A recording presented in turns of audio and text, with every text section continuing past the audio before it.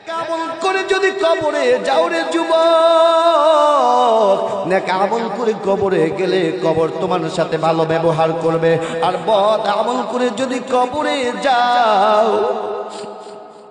দুই পাশের মাটি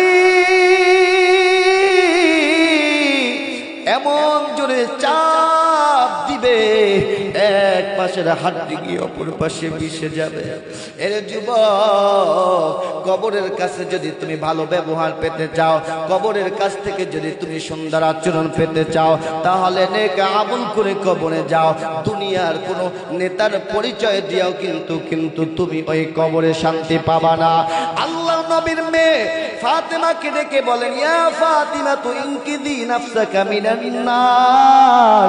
ফাতেমা সাবধান হয়ে যাও, সাবধান সাবধান, আমি নবীর পরিচয় দিয়া তুমি কিন্তু জান্নাতে যেতে পারবা না। ও ফাতেমা সাবধান, নেক আমল করে কবরে যাও।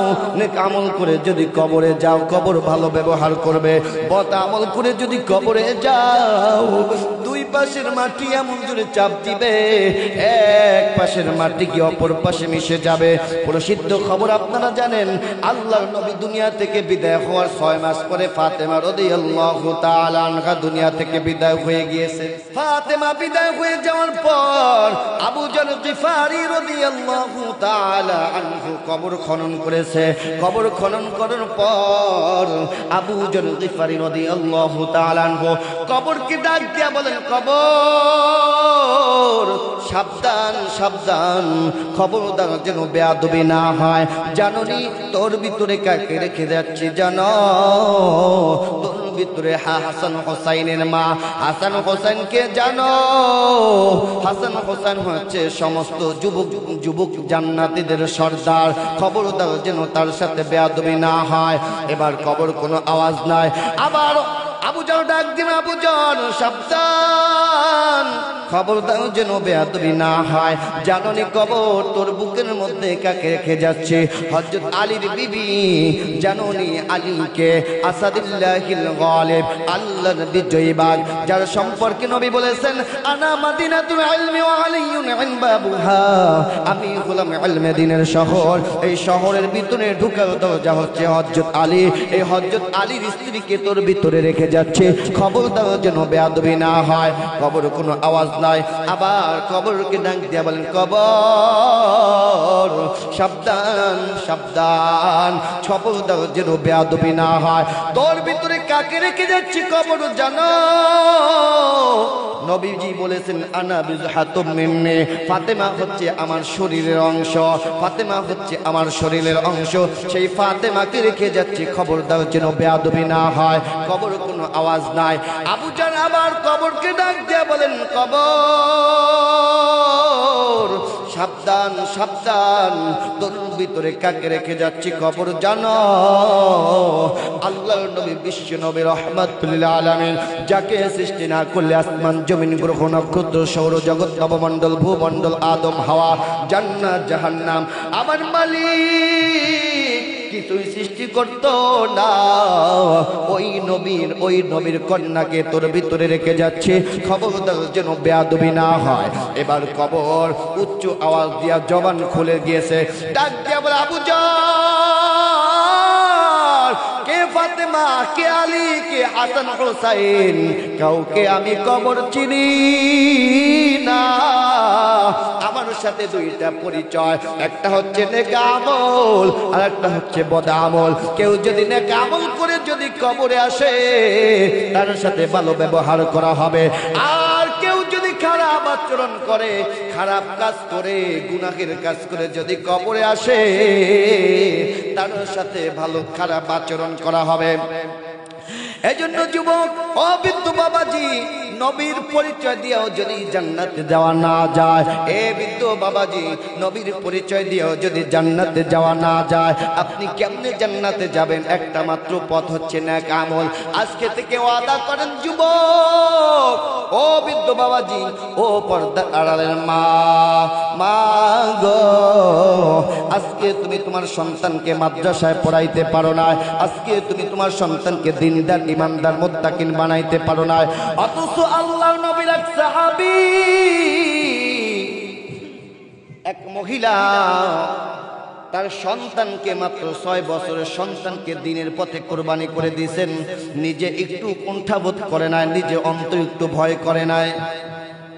সন্তানকে আল্লাহ রাস্তায় কোরবানি করে দিয়েছেন, অথচ তোমার সন্তানকে তুমি ডাক্তার বানাইবা, ইঞ্জিনিয়ার বানাইবা, ম্যাজিস্ট্রেট বানাইবা, এই জন্য তুমি স্কুলে পড়াও, মাদ্রাসায় পড়াও না। আছে না নাই? আছে। অথচ নবীর সাহাবী দেখেন আল্লাহর নবীকে কিভাবে মোহাব্বত করতেন। একদিন বেলাল রাদিয়াল্লাহু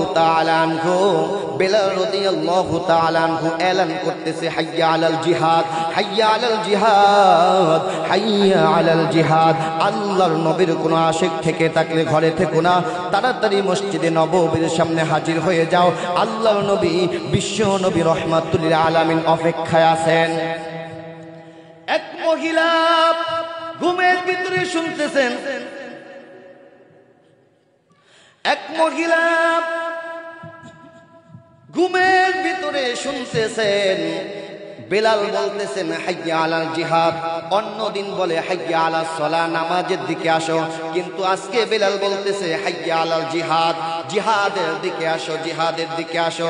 আরো বলতেছেন আল্লাহর নবীর কোন আশিক থেকে থাকলে ঘরে থেকো না, মসজিদে নববীর সামনে হাজির হয়ে যাও। মহিলা ডাক দিয়ে বলে, আমি তো মহিলা মানুষ, জিহাদের ময়দানে যেতে পারবো না, আমার স্বামীও নাই, স্বামীও তো বদরের যুদ্ধে শহীদ হয়ে গেছে, আমার একটা মাত্র সন্তান, মাত্র 6 বছরের সন্তান, এই ছোট সন্তানকে তো জিহাদের ময়দানে নেওয়া হবে না, যুদ্ধের ময়দানে তো এই সন্তানকে নেওয়া হবে না, সুতরাং আমি পারলাম না শহীদের মা অথবা মুজাহিদের মা, কোনোটাই তো হতে পারলাম না। আমি যে আল্লাহর নবীর আশিক তার তো কোনো প্রমাণ দিতে পারে নাই। এই কথা বলে বলে ওই বালিশে কান লাগাইয়া ঘুমাইতেছে আর চোখের পানি ছেড়ে ছেড়ে কান্না করতেছে। মহিলার কান্নার আওয়াজ পাইয়া ছোট 6 বছরের সন্তানের ঘুম ভেঙে গেছে। 6 বছরের সন্তান মাকে ডাক দিয়ে বলেন, মা আপনি কেন কাঁদেন? কারণটা কি মা, কেন কান্দেছেন? এবার মা চোখের পানি ফালাইয়া ডাক দিয়া বলে, সন্তান তোর বাবা বদরের যুদ্ধে শহীদ হয়ে গেছে, আমার তুই ছাড়া আর কোনো সন্তান নাই। কিছুক্ষণ আগে বেলাল রাদিয়াল্লাহু তাআলা আনহু এলান করে দিয়েছেন হাইয়া আলাল জিহাদ। আরো বলেছেন আল্লাহর নবীর কোনো আশিক থেকে থাকলে মসজিদে নববীর সামনে হাজির হয়ে যাও, জিহাদের ময়দানে যাওয়া লাগবে। এর সন্তান আমি তো মহিলা মানুষ, জিহাদের ময়দানে তো আমাকে নেওয়া হবে না, তোর বাবাও নাই, সেও তো দুনিয়া থেকে বিদায় হয়ে গিয়েছেন, তুই ছাড়া আমার আর কোনো সন্তান নাই। এই জন্য আক্ষেপ করে কান্দে, পারলাম না শহীদের মাও হতে পারলাম না, মুজাহিদের মাও হতে পারলাম না, এই জন্য আক্ষেপ করে করে কান্দে। 6 বছরের সন্তান ডাক দিয়ে বলে, মা আমি তোমাকে ওয়াদা দিলাম আল্লাহর কসম, তোমাকে শহীদের মা অথবা মুজাহিদের মা না বানাইয়া আল্লাহর কসম করে বলি আমি আর বাড়িতে ফিরে আসব না। আল্লাহু আকবার। এর যুবক গোবিন্দ বাবাজি একটু দিলটা নরম করে দেন, দেখেন এক ফোঁটা চোখের পানি ফালাইতে পারেন কিনা। এবার মহিলা সন্তানকে ডাক দিয়ে বলে, সন্তান যাবি তুই যুদ্ধের ময়দানে? বলে হ্যাঁ আমি যাব। কয় কি তুই তো ছোট মানুষ, কেমনে যাবি? কয় হ আমি যাব। আল্লাহু আকবার বলে। এবার 6 বছর সন্তানের কেনি আঙ্গুল ধরে মা লাইনে দাঁড়িয়েছেন, ওই যে মসজিদে নববীর সামনে লাইনে দাঁড়িয়ে গেছেন, সন্তানকে যুদ্ধের ময়দানে পাঠাবেন। সাহাবীরা যখন যাচাই বাছাই করার জন্য আসছেন, এবার সাহাবীরা মহিলাকে ডাক দিয়া বলতেছে, মা আপনি কেন দাঁড়িয়েছেন? আপনাকে তো নেওয়া হবে না, এই 6 বছরের ছোট শিশু বাচ্চাকেও নেওয়া হবে না, যান চলে যান। মহিলা ডাক দিয়ে বলে, ও আল্লাহর নবীর সাহাবীরা, আল্লাহর নবীর কাছে গিয়া বলো আমার আর কোনো সন্তান নাই, একটাই মাত্র সন্তান, আমার স্বামীও নাই, আমার স্বামী বদরের যুদ্ধে শহীদ হয়ে গেছে। এবার সাহাবীরা নবীর কাছে গেলেন, নবীর কাছে গিয়া বলেন, ওগো নবী, একটা মহিলা লাইন ধরেছেন, ছোট একটা শিশু বাচ্চা নিয়া আপনার কাছে বলার জন্য বলেছেন। নবী আমার ডাক দিয়া বলেন, মহিলাকে ডাক দাও। এবার মহিলাকে ডাক দিয়ে বলে, মা আপনি কেন লাইন ধরেছেন? আপনাকে তো যুদ্ধের ময়দানে নেওয়া হবে না, আর এই ছোট সন্তানটাকে তো নেওয়া হবে না, আপনি যান, চলে যান, বাড়ি যান। এবার মহিলা ডাক দিয়ে বলেন, ওগো নবীজি, আমার আর কোনো সন্তান নাই, আমার স্বামীও নাই, আপনি দয়া করে একটু অনুমতি দেন, আমার এই সন্তানটা কোনো কাজে লাগাইয়ে দেন। নবী ডাক দিয়ে বলেন, না না, চলে যাও, এই ছোট শিশু বাচ্চা যুদ্ধের ময়দানে কোনো কাজে লাগবে না, যাও, চলে যাও, সন্তান বড় হোক, পরে যুদ্ধের ময়দানে কাজে লাগাবো। এবার মহিলা ডাক দিয়ে বলেন, ওগো নবীজি, কেন কাজে লাগাবেন না? যুদ্ধের ময়দানে যখন কাফেররা আপনাকে লক্ষ্য করে তীর মারবে, এই তীরকে প্রতিহত করার জন্য নবীজি ঢালের প্রয়োজন হয়, ঢালের প্রয়োজন হয়। ওগো নবীজি, কাফেররা যখন আপনাকে লক্ষ্য করে যখন তীর মারবে, সামনের দিক থেকে যখন তীর মারবে, আমার এই সন্তানটাকে ঢাল হিসাবে সামনের দিকে ধরবেন। নবী গো, ডান দিক থেকে যখন তীর নিক্ষেপ করবে, আমার এই সন্তানটাকে ঢাল হিসাবে আপনি ডান দিকে ধরবেন। ওগো নবীজি, বাম দিক থেকে যখন তীর নিক্ষেপ করবে, আমার এই সন্তানটাকে ঢাল হিসাবে বাম দিকে ধরবে। নবী গো, আল্লাহর কসম করে বলি, আমার সন্তানের বুকের ভিতরে তীরের আঘাত লাগতে পারে, আল্লাহর কসম করে বিশ্ব নবীর কলিজায় তীরের আঘাত লাগতে পারে না। আল্লাহু আকবার।